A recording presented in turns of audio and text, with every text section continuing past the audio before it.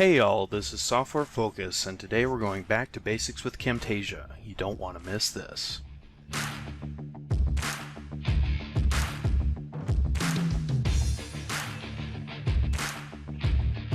Today's episode will be focused on the cursor effects tool available in Camtasia. To start, I'm going to import a recording made previously for demonstration purposes. Alright, I have imported a previously made recording and added it to the timeline. You can see the cursor in the recording here. I will note up front that cursor effects can only be applied to Camtasia made recordings. They will not work on any other recording. This includes video files, Snagit recordings. The option just won't work on anything other than a Camtasia made recording. To find cursor effects, we go to the options on the left and go down to cursor effects. Clicking on that will open the cursor effects pane, and you have three different options here. We have overall cursor effects, left click cursor effects, and right click cursor effects. The cursor effects themselves are cursor smoothing, highlight, magnify, and spotlight. Cursor smoothing does what it says. It takes the cursor movement in the recording and kind of cuts out the extra wiggle that you might have. So let's go ahead and play a section of this video where the cursor is moving. So right here we see the cursor move over, and we move it, see it move a few times. One thing I am going to do, which kind of plays into cursor effects, is I'm going to make the cursor bigger for demonstration purposes. I can do that by going to the properties pane on the right, clicking this cursor icon at the top, and then I can scale it up so it is larger. And this applies to the entire recording in this case, because the entire recording has been selected.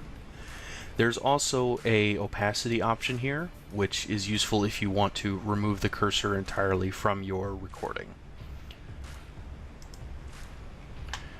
So I'm going to add cursor smoothing, and you can click and drag it down onto the media in the timeline, and it's been added now. And if I play this, you see how the cursor movements are much more controlled. Again, without cursor smoothing.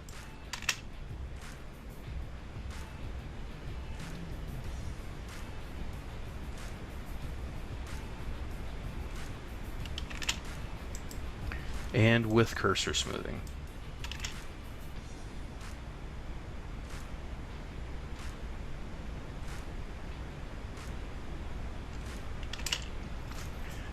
Now the cursor effects can be stacked on each other. So we have cursor smoothing on right now. I'm also going to drag highlight on, and you see that the cursor is now highlighted, and that will follow the cursor as it goes around the screen.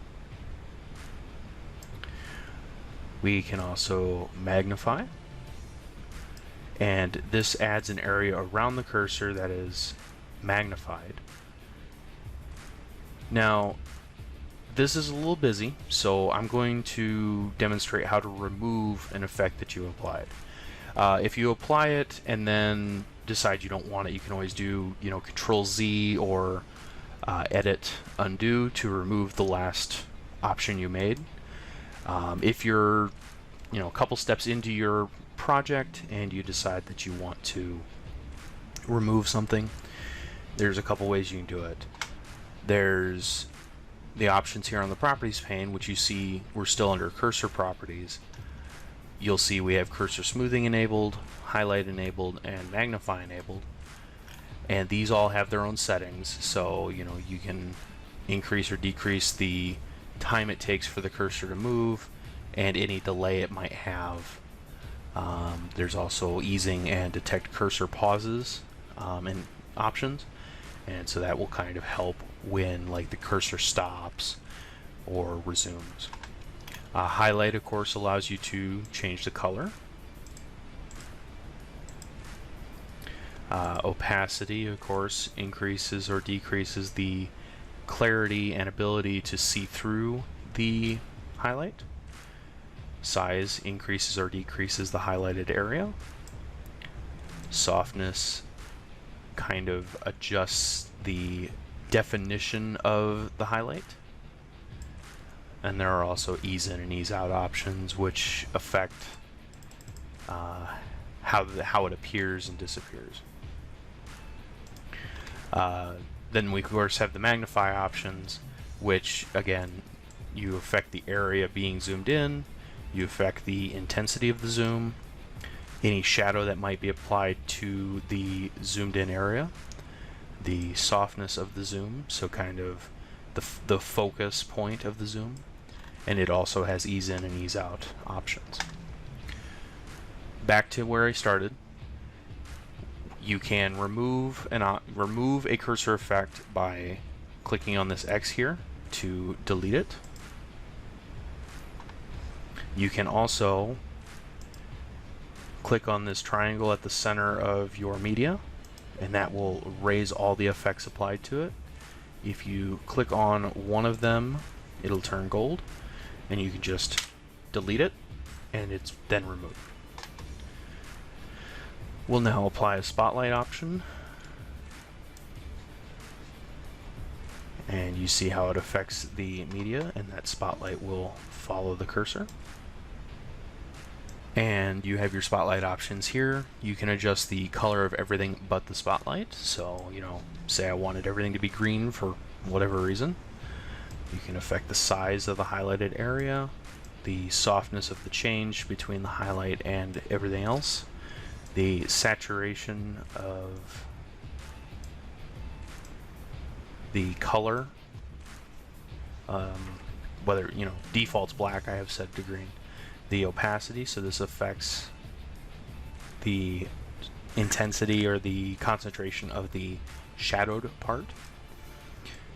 A blur option, again, which kind of blurs everything except the highlighted area, and then ease in and ease out options.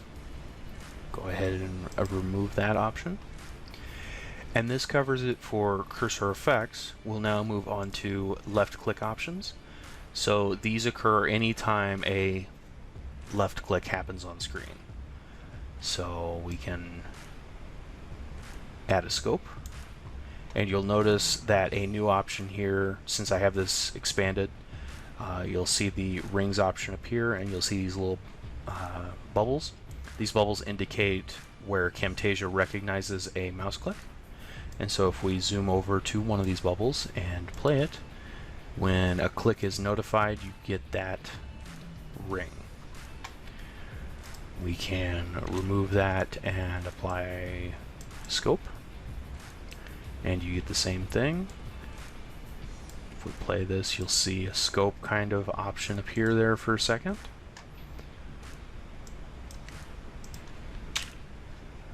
We have target, and it appears and disappears.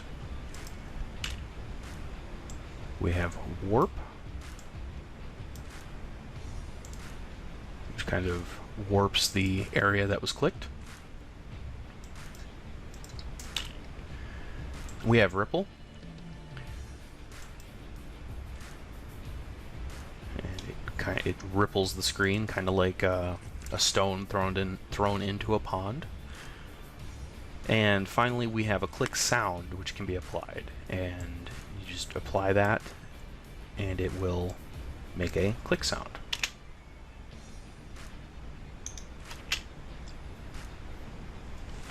Much like, you know, as if someone was actually clicking a mouse. For all these options, there are properties available. So we have ripple and sound on the properties panel on the right. The size of the ripple can be adjusted, the intensity of the ripple, and the length of time it takes for the effect to occur. And there's also an option to show the effect before the click. So I'll put the playhead in a position where we can see the effect. And I can increase the size, increase the intensity. I can also increase the duration, so it takes a little longer for the change to occur.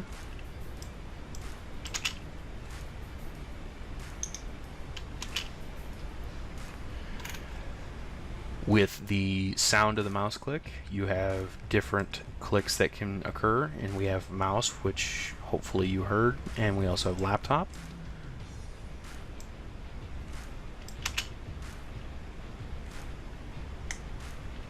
Sounds more like a tap rather than a click. And you can increase the volume here, and there's also a preview available.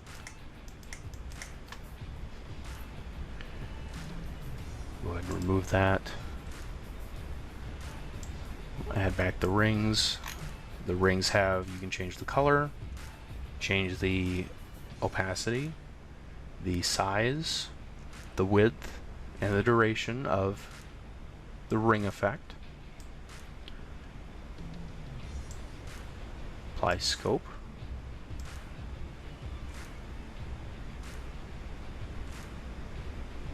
And again, it's got options for color, opacity, size and duration. Apply a target. Admittedly, this is getting a little distracting, so I'll clear out these others.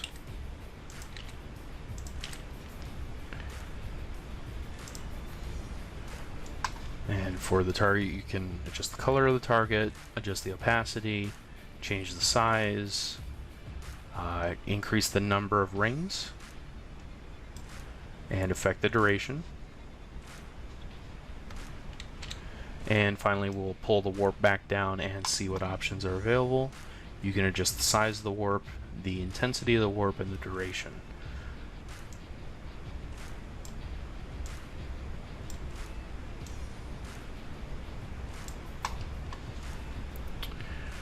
And so those are the left click options. The right click options are similar. The colors are different. So we have yellow by default, which can be adjusted. And it's the same behavior as the left click. Anytime it finds a right click option, you get a little dot down here. Looks like in this recording I only hit the right click option once.